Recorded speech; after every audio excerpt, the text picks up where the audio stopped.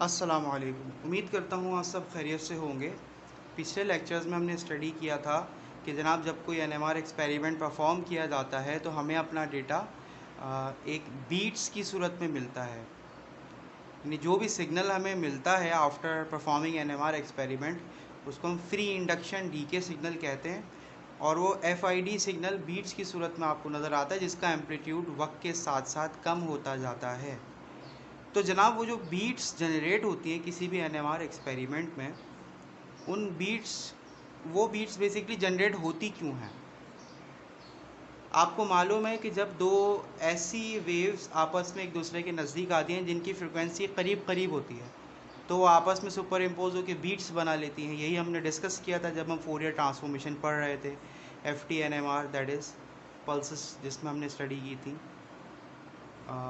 तो वहाँ पे वो जो बीट्स जनरेट होती हैं वो दो ऐसी वेव्स के मिलने से जनरेट होती हैं जिनकी फ्रिक्वेंसी लगभग सेम होती है। तो अब हमने तो ये देखा था कि जनाब वो जो हाइड्रोजन है, क्योंकि हमारा फोकस तो प्रोटॉन एनएमआर पे, हाइड्रोजन एनएमआर को हम अभी पढ़ रहे हैं, तो ये कैसे पॉसिबल है कि एक ही सिस्टम में हाइड्रोजन डिफरेंट प्रेसिशनल फ्रीक्वेंसीज दे रहा हो? तो इसका जवाब ये होता है कि जनाब हाइड्रोजन अगर अपने से किसी ज़्यादा इलेक्ट्रोनेगेटिव एटम के साथ बॉन्डेड हो तो होगा क्या कि हाइड्रोजन के अपने पास जो एक इलेक्ट्रॉन डेंसिटी होती है ना, हाइड्रोजन बड़ा मासूम सा एटम है, एक ही इलेक्ट्रॉन होता है उसके पास। अगर हाइड्रोजन अपने से ज़्यादा इलेक्ट्रोनेगेटिव एटम के साथ बॉन्डेड हो तो हाइड्रोजन के ऊपर जो उसकी इलेक्ट्रॉन डेंसिटी होती है वो इलेक्ट्रोनेगेटिव एलिमेंट अपनी जानिब खींच लेगा। आसान लफ्ज़ों में, हाइड्रोजन कि अपने ऊपर से इलेक्ट्रॉन डेंसिटी कम हो जाएगी तो वो जो अप्लाइड मैग्नेटिक फील्ड है जो हम बाहर से अप्लाई कर रहे हैं वो हाइड्रोजन को ज़्यादा फील होने लगेगी, क्योंकि उसके पास जो अपनी इलेक्ट्रॉन डेंसिटी थी, क्योंकि इलेक्ट्रॉन भी तो चार्ज पार्टिकल है, उसकी भी एक मैग्नेटिक फील्ड होती है, तो वो इलेक्ट्रॉन की जो मैग्नेटिक फील्ड होती है वो अप्लाइड मैग्नेटिक फील्ड को बाहर हल किसी तरह से शील्ड कर देती है और वो पूरी तरह से हाइड्रोजन के न्यूक्लियस तक नहीं पहुंच पाती। तो अब अगर हाइड्रोजन के पास से वो इलेक्ट्रॉन डेंसिटी कम हो जाए तो हाइड्रोजन को मैग्नेटिक फील्ड ज़्यादा फील होगी। ठीक है, ये उसी तरह है जैसे अगर कोई शख्स एंटार्क्टिका में खड़ा है, यानी हम समझें एंटार्क्टिका में दो अफराद खड़े हैं। Antarctica is a very cold landscape, we all know. तो वहाँ पे अगर एक शख्स खड़ा है फुली कवर्ड जैकेट्स पहन के, हेलमेट्स पहन के और तमाम प्रिकॉशंस के साथ, ठीक है, सर्दी दोनों के लिए एक जैसी ही है, और दूसरी जानिब एक लड़का खड़ा हुआ है वो जो है जनाब वो बनियान पहना हुआ है, तो क्या होगा? फील्ड सेम है दोनों के लिए। एक तरफ हाइड्रोजन के पास पूरी इलेक्ट्रॉन डेंसिटी है, वो आने वाली फील्ड को कम कर रही है। दूसरी जानिब एक ऐसा हाइड्रोजन है जो इलेक्ट्रोनेगेटिव एटम के साथ बॉन्डेड है और उसकी इलेक्ट्रॉन डेंसिटी इलेक्ट्रोनेगेटिव एटम अपनी जानिब खींच रहा है। तो वो जो हाइड्रोजन है, क्योंकि उस हाइड्रोजन को ज़्यादा मैग्नेटिक फील्ड फील होगी, तो आपको मालूम है कि जनाब जो लार्मर फ्रिक्वेंसी है वो बराबर होती है गामा B0 अपॉन 2 पाई के। तो जैसे जैसे B0 ज़्यादा फील होती जाएगी उसकी लार्मर फ्रिक्वेंसी भी बढ़ती जाएगी। अब यहाँ से हमें मालूम क्या हो रहा है? यहाँ से हमें ये मालूम हो रहा है जनाब, अगर हमारे सिस्टम में दो तरह के हाइड्रोजन है, देखें ये जो 3 हाइड्रोजन है ना मिथाइल वाले, इसमें ये तीनों हाइड्रोजन बिल्कुल एक जैसे हैं, तो इनकी जो लार्मर फ्रिक्वेंसी है वो बिल्कुल सिमिलर होगी। सही है, क्योंकि कार्बन 3 हाइड्रोजन से बॉन्डेड है और कार्बन और हाइड्रोजन की इलेक्ट्रोनेगेटिविटी में बहुत ज़्यादा फ़र्क नहीं होता, लिहाजा इनका जो इन्वायरमेंट है वो सेम हो गया। इसको हम कहते हैं केमिकल इन्वायरमेंट। अब यहाँ जो हाइड्रोक्सिल में जो हाइड्रोजन है, क्योंकि ये हाइड्रोजन डायरेक्टली बॉन्डेड है ऑक्सीजन के साथ, लिहाजा इस हाइड्रोजन के पास जो भी इलेक्ट्रॉन डेंसिटी थी वो ऑक्सीजन अपनी जानिब खींचेगा, और अगर हम सपोज करें कि जनाब ये इनके ऊपर कोई मैग्नेटिक फील्ड अप्लाई की जा रही है, तो ये वाला हाइड्रोजन इस मैग्नेटिक फील्ड को ज़्यादा फील करेगा, क्योंकि इसके पास शील्डिंग बिल्कुल भी नहीं है, इसके जो इलेक्ट्रॉन्स थे वो ये ऑक्सीजन अपनी जानिब खींच रहा है। इसके बरक्स ये जो हाइड्रोजन है, इन हाइड्रोजन्स पे जो शील्डिंग इफेक्ट है वो इनकी बनिस्बत ज़्यादा है, लिहाजा ये इस मैग्नेटिक फील्ड को कम फील करेंगे इसके मुकाबले में। तो होगा क्या, आपके सिस्टम में दो तरह के प्रिसीशंस होंगी। एक तो ये जनरेट कर रहा होगा, जो फ्रीक्वेंसी है ये एब्जॉर्ब कर रहा होगा, और एक फ्रीक्वेंसी ये है। तो जब आपके सिस्टम में दो फ्रीक्वेंसीज़ हों करीब करीब, तो फिर बीट बनना तो लाजमी है, और वही बीट FID में आपको नज़र आती है। ठीक है, तो आसान लफ्ज़ों में किसी भी हाइड्रोजन का जो एनवायरनमेंट है वो उसकी प्रेसिशनल फ्रीक्वेंसी पे असरअंदाज होता है। जैसे जैसे हाइड्रोजन का एनवायरनमेंट चेंज होता जाएगा वैसे वैसे इसकी प्रेसिशन चेंज होती जाएगी। ठीक है, अब ये ज़रूरी हो गया कि हम कोई ऐसा स्केल बनाएं जिस पे इनकी प्रेसिशंस को नापा जा सके, जांचा जा सके। अब मिसाल के तौर पे एक हाइड्रोजन है, एक कंपाउंड है, कोई भी कंपाउंड हम ले लें। मिसाल के तौर पे हम ले लेते हैं जनाब, चलें हम ले लेते हैं पेंटेन ले लेते हैं। हम ये देखते हैं कि पेंटेन की लेट्स से, पेंटेन में जो प्रोटॉन्स हैं उसकी जो प्रिसीशन है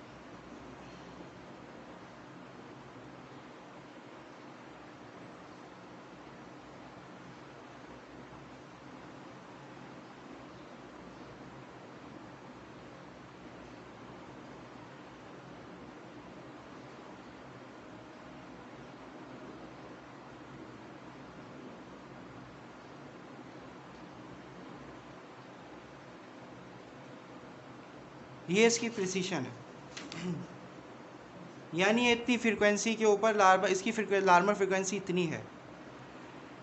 अब अगर इसको हमने एक ऐसे इंस्ट्रूमेंट पे, आपको पहले लेक्चर में मैंने बताया था कि जो NMR इंस्ट्रूमेंट्स होते हैं उनकी जो एफिशिएंसी होती है वो उनकी प्रोटॉन रेजोनेंस की बुनियाद पे नाम उनको देखा जाता है।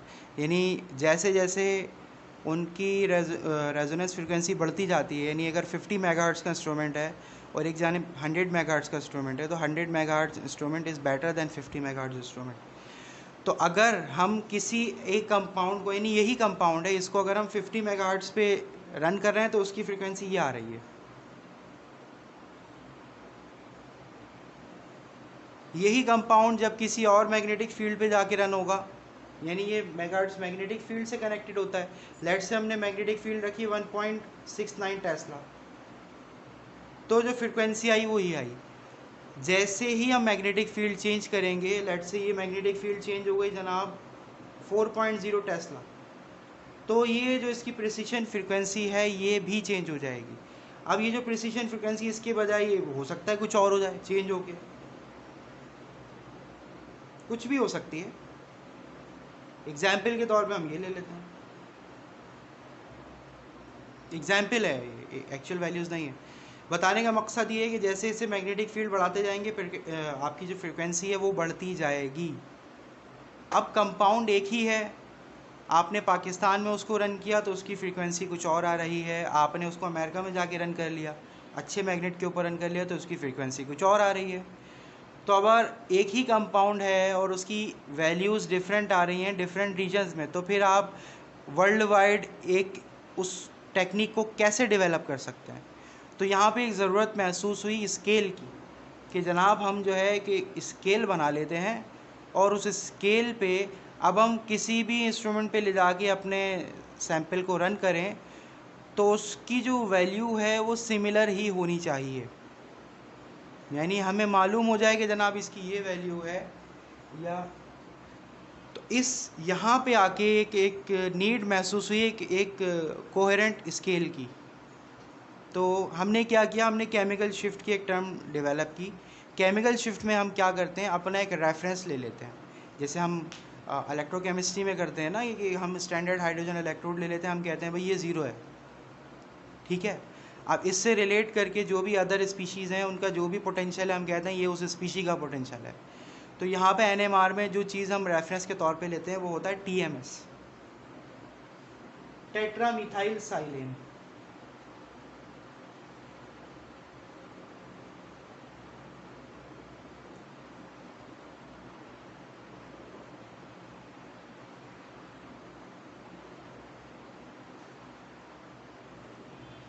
हमें मालूम है कि अल्केन्स जो होते हैं, अल्केन्स में जो हाइड्रोजन होते हैं वो सबसे ज़्यादा शील्डेड होते हैं, है ना। अल्कीन्स के अंदर तो sp2 हाइब्रिडाइजेशन हो जाती है, उसमें मॉलिक्यूल का जो साइज़ है छोटा हो जाता है और इलेक्ट्रॉन्स पे ग्रिप अच्छी हो जाती है। यहाँ पे sp3 हाइब्रिडाइजेशन है, जो साइज़ है लोब का वो बड़ा होता है। दूसरी तरफ सिलिकॉन के साथ ये 4 बॉन्डेड है, सिलिकॉन की खुद अपनी इलेक्ट्रोनेगेटिविटी 1.9 होती है। तो यहाँ पे ये जो हाइड्रोजन लगे होते हैं ना कार्बन के साथ, एक तो ये कार्बन और हाइड्रोजन की अपनी कोई इतना ज़्यादा फ़र्क नहीं है इलेक्ट्रोनेगेटिविटी में, दूसरी तरफ ये जो सिलिकॉन है ये भी इलेक्ट्रॉन डोनेटिंग इफेक्ट दे रहा होता है। तो ये जो हाइड्रोजन होते हैं ये शील्डेड होते हैं, बहुत ज़्यादा शील्डेड होते हैं, ठीक है। तो हम ये आम हालात में ये उम्मीद रखते हैं कि इनसे ज़्यादा शील्डेड हाइड्रोजन शायद कोई और ना हो, ठीक है। यानी जितनी भी वैल्यूज़ आएंगी वो इनसे ज़्यादा ही आएंगी, इनसे कम नहीं आएंगी। तो हम क्या करते हैं, ये टेट्रा मिथाइल साइलेन स्टैंडर्ड के तौर पे यूज़ कर रहे होते हैं। हम कहते हैं जनाब जितनी फ्रीक्वेंसी में फ़र्क हमारे कंपाउंड की आ रहा होगा उतनी फ्रीक्वेंसी में फ़र्क आपकी टेट्रा मिथाइल साइलेन के जो प्रोटॉन्स हैं उनकी फ्रीक्वेंसी में उतना ही फ़र्क आ रहा होगा।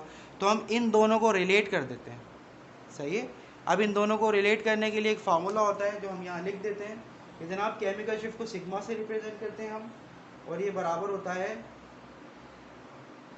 Frequency of reference minus frequency of sample divided by frequency of reference, सही है।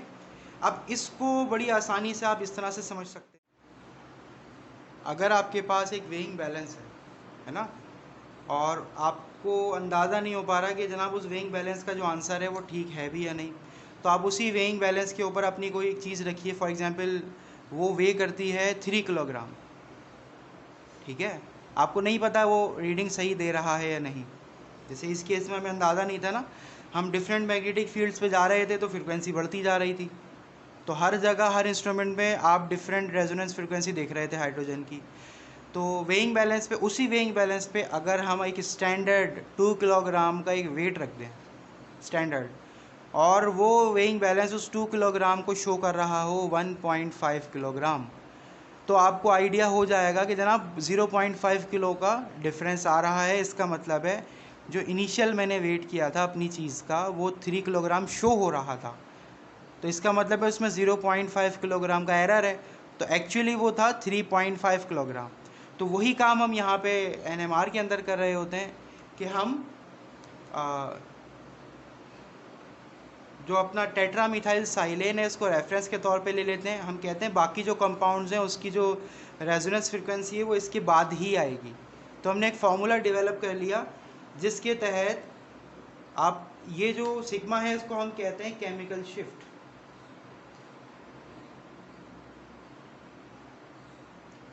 अब ये जो केमिकल शिफ्ट वैल्यू है आप अपने कंपाउंड को किसी भी मैग्नेटिक फील्ड किसी भी इंस्ट्रूमेंट पे ले जाके रन कर दें, उसकी फ्रीक्वेंसी में ज़रूर तब्दीली नज़र आएगी लेकिन उसकी केमिकल शिफ्ट सेम रहेगी, ठीक है। इसकी हम एक एग्जांपल भी देख लेते हैं। यहाँ पे सवाल ये है कि वो कहता है कि we are running at a instrument of 600 megahertz. उसने इंस्ट्रूमेंट की आपको फ्रीक्वेंसी बता दी है जो प्रोटॉन की होती है रेजोनेंस फ्रीक्वेंसी 600 मेगाहर्ट्ज़, जो रेफरेंस है वो कितना 600 मेगाहर्ट्ज़।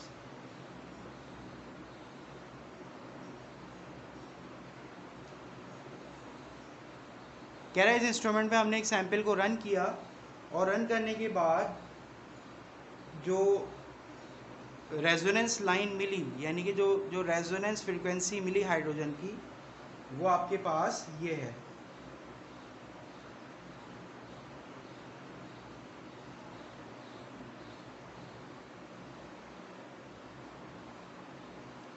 कह रहा है कि इसकी केमिकल शिफ्ट वैल्यू बताइए क्या होगी। तो इट इज़ वेरी इजी, यानी एक ही सैम्पल है, उसको उन्होंने 600 मेगाहर्ट्ज़ के इंस्ट्रूमेंट पे रन किया, तो ये रेजोनेंस फ्रिक्वेंसी हासिल हुई। तो हम निकाल लेते जनाब केमिकल शिफ्ट वैल्यू। तो according to the formula reference आ जाएगा जनाब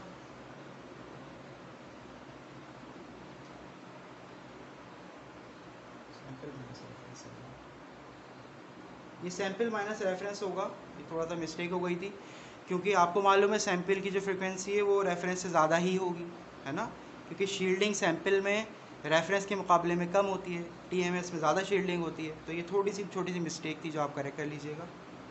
तो केमिकल शिफ्ट वैल्यू हम लगाएंगे जनाब 600 माइनस 6,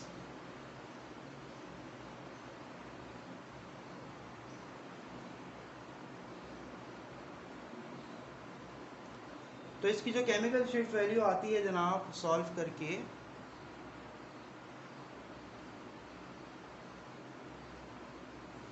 वो आती है 3.51। ठीक है। अब अगर इस ही कंपाउंड को हम किसी और इंस्ट्रूमेंट पे रन करें, अगर सेम कंपाउंड है और किसी ऐसे इंस्ट्रूमेंट पे रन करते हैं, लेट्स से जिसकी जो जो फ्रिक्वेंसी है, जिसकी जो इंस्ट्रूमेंट की जो एफिशिएंसी है दैट इज़ 400 मेगाहर्ट्ज़, यानी इसका मतलब 400 3 4 5 6 हर्ट्ज़। तो सैंपल की यानी जो आपने कंपाउंड रन किया था ना, उसी कंपाउंड को अगर इस इंस्ट्रूमेंट पे रन करेंगे इसकी जिसकी फ्रिक्वेंसी 400 मेगाहर्ट्ज़ है, तो यहाँ पे आपको जो सैंपल की जो रेजोनेंस फ्रिक्वेंसी है वो कुछ ये मिलती है।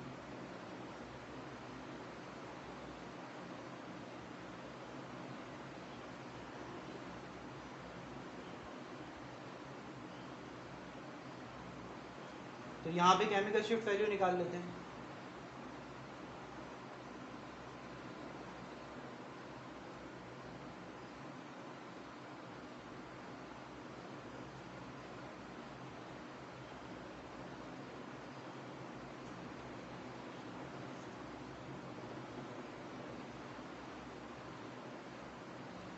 तो यहाँ से जो आपको केमिकल शिफ्ट वैल्यू मिलेगी वो भी 3.51 ही होगी।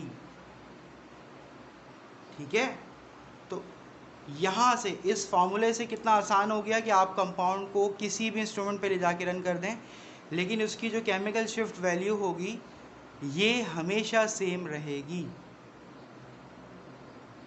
ठीक है।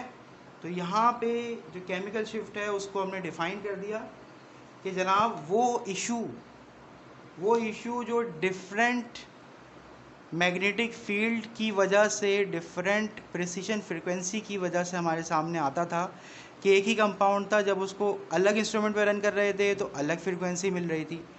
तो ये तो फिर स्टैंडर्ड हम यूज़ नहीं कर सकते।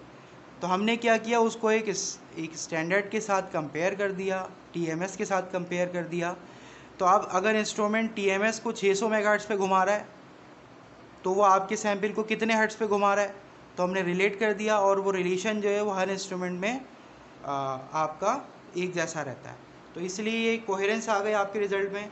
अब आप अपने सैंपल को 400 मेगाहर्ट्ज़ पे चलाओ, 600 मेगाहर्ट्ज़ पे चलाओ, 800 पे चलाओ, उसकी जो केमिकल शिफ्ट वैल्यू है वो हमेशा सेम रहेगी।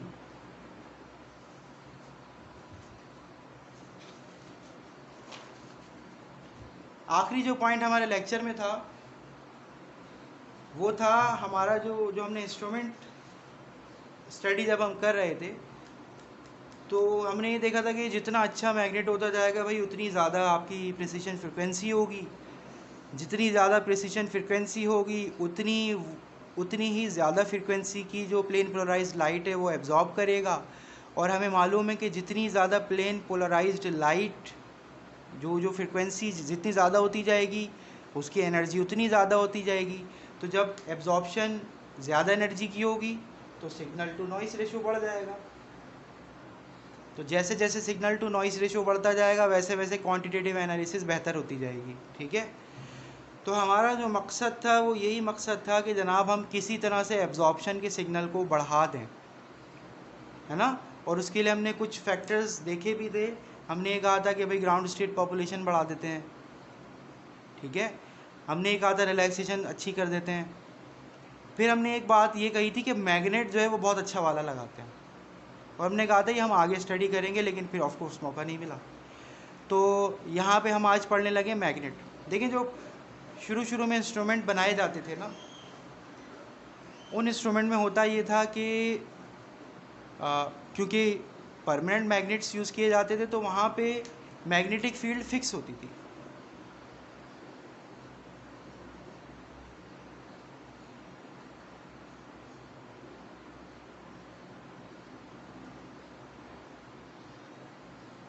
ठीक है। अब मैग्नेटिक फील्ड फिक्स्ड होने की वजह से क्या होता था कि आप अपनी मर्ज़ी के मुताबिक मैग्नेटिक फील्ड को चेंज नहीं कर सकते। इसका मतलब ये हुआ कि वो जो रेडिएशन है वो आपको कंटिन्यूस सोर्स लेनी पड़ेगी, यानी आपको रेडिएशन की फ्रिक्वेंसी स्कैन करनी पड़ेगी, क्योंकि ये स्कैन नहीं कर सकते आप, है ना। ठीक है ना। यानी चले हम आपको आसान कर देते हैं। अगर स्प्लिटिंग है कहीं पे लो एनर्जी से हाई एनर्जी के लिए, हमने बी नॉट दे देगा, ये लो एनर्जी है, ये हाई एनर्जी है। जैसे जैसे हम बी बढ़ाते जाएंगे ये स्प्लिटिंग बढ़ती जाएगी। लेकिन शुरू में क्या केस होता था कि हमारे पास मैग्नेटिक फील्ड फिक्स होती थी, because we had permanent magnets. ठीक है। इसका मतलब होता था कि वो जो फोटोन आप दे रहे हैं, उस फोटोन की एनर्जी ठीक इतनी होनी चाहिए, है ना। आपकी जो फोटोन की एनर्जी है वो बिल्कुल लार्मर एनर्जी के बराबर होनी चाहिए, तभी ट्रांजिशन होगी लो एनर्जी से हाई एनर्जी में। ये भी हमने देखा था। तो या तो आप फोटोन की एनर्जी को चेंज कर लो, स्कैन कर लो, है ना। एक फोटोन की एनर्जी इतनी है, एक इतनी है, इतनी है, एक इतनी है और एक इतनी है। तो जब इतनी एनर्जी का फोटोन आएगा वो एनर्जी एब्जॉर्ब हो जाएगी। अब एनर्जी को स्कैन करने में इशू ये होता है कि एक तो पहले ही वो इंतहाई लो एनर्जी पर है, जिस रीजन में हम काम कर रहे होते हैं NMR के अंदर, वो पहले ही वो एनर्जी का रीजन होता है जो पहले ही बहुत ज़्यादा कम एनर्जी रखता है। अगर हम उसको स्कैन करेंगे किसी फ़िल्टर के थ्रू या किसी भी आप ज़रिए से इसको स्कैन करेंगे, तो वो जो एब्जॉर्ब होने वाली एनर्जी है वो और कम हो जाएगी। तो यहाँ हमारी ज़रूरत बन गई थी कि हम एनर्जी को कोई लाइन सोर्स लें और उसकी एनर्जी को फ़िक्स कर दें। एनर्जी फ़िक्स करने से अब आपको मैग्नेटिक फील्ड वेरी करना ज़रूरी हो गया है। फिर आए जनाब कौन से इलेक्ट्रोमैग्नेट्स आ गए।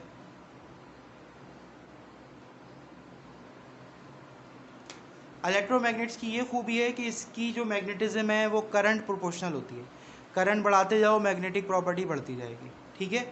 तो यहाँ पे जो फिक्स मैग्नेटिज्म था उसको हमने काबू कर लिया।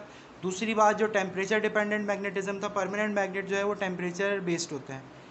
टेम्परेचर बढ़ाने से इनकी मैग्नेटिक प्रॉपर्टी मुतासर होती है।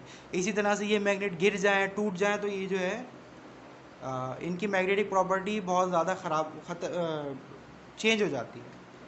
इलेक्ट्रोमैग्नेट्स में ये इश्यूज़ कम थे, यानी एक तो इनकी वेरिएबल मैग्नेटिक प्रॉपर्टी थी, आप अपनी रेडिएशन को फिक्स कर दें, मैग्नेटिक प्रॉपर्टी चेंज कर सकते हैं अपनी मर्ज़ी के मुताबिक। इलेक्ट्रोमैग्नेट में भी ये एक केस था कि जनाब जब आप कोई इलेक्ट्रोमैग्नेट बनाते हैं ना, तो उस इलेक्ट्रोमैग्नेट में जो वायर, आप number of turns of wire होते हैं, तो जब आप कोई इलेक्ट्रोमैग्नेट बनाते हैं, मिसाल के तौर पर हम सादा सी मिसाल ले लेते हैं कि एक सॉलिनॉइड हमने बनाया, सॉरी टॉरॉइड।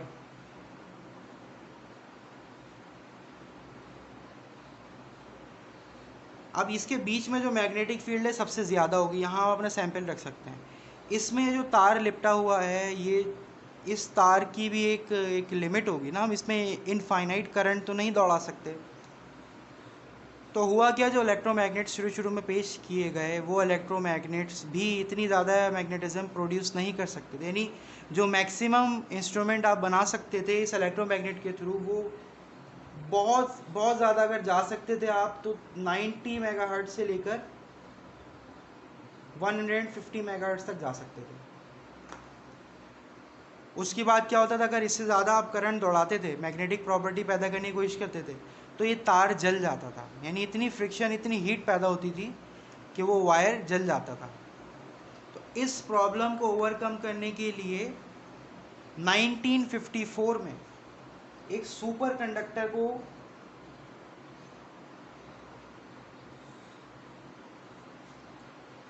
कंडक्टर को यूज़ किया गया। अब ये सुपर कंडक्टर था नाइबियम टिन एलॉय। अच्छा, नाइबियम टिन एलॉय की खूबी है कि जब इस एलॉय को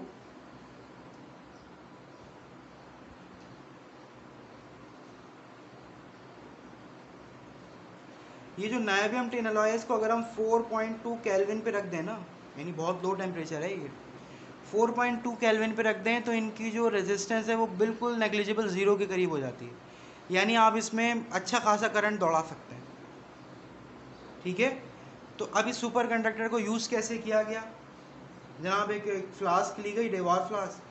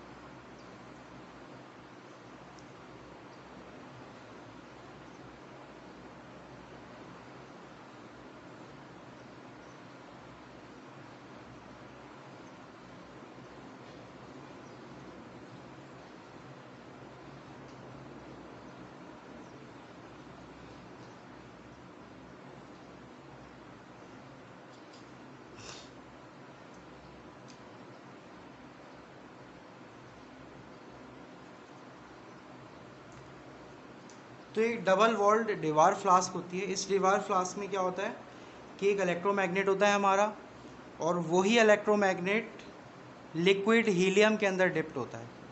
अब लिक्विड हीलियम, इसका टेम्परेचर भी 4 केल्विन होता है। ठीक है, तो वो जो रिक्वायर्ड टेम्परेचर था वो हम लिक्विड हीलियम से दे देते हैं। अब लिक्विड हीलियम और हमारे एटमॉस्फेयर में जो इतना ज़्यादा टेम्परेचर का फ़र्क है उसकी वजह से क्या होता है, ये फ्लास्क टूट भी सकती है। तो इस टेम्परेचर गैप को कम करने के लिए हम क्या करते हैं, लिक्विड नाइट्रोजन फ्लो करवाते हैं। लिक्विड नाइट्रोजन का काम सिर्फ बफर रीजन देना होता है कि जो इस हीलियम को एटमॉस्फेयर में राब्ते में आने से रोके, ताकि वो जो डिफ्यूजन ऑफ एनर्जी है ना वो ना हो, एनर्जी एक जगह से दूसरी जगह ना जाए। तो इसका जो टेम्परेचर है वो 4 केल्विन हो जाता है, और इस सुपर कंडक्टर के ज़रिए जो है हम बड़ी आसानी के साथ हायर मेगा हर्ट्ज़ के इंस्ट्रूमेंट्स बना सकते हैं। और अभी तक मैंने आपको बताया कि एक इंस्ट्रूमेंट बना है जो कि अमेरिका के अंदर रिसर्च हॉस्पिटल के अंदर यूज़ हो रहा है, वो 1.1 गीगाहर्ट्ज़ का इंस्ट्रूमेंट है।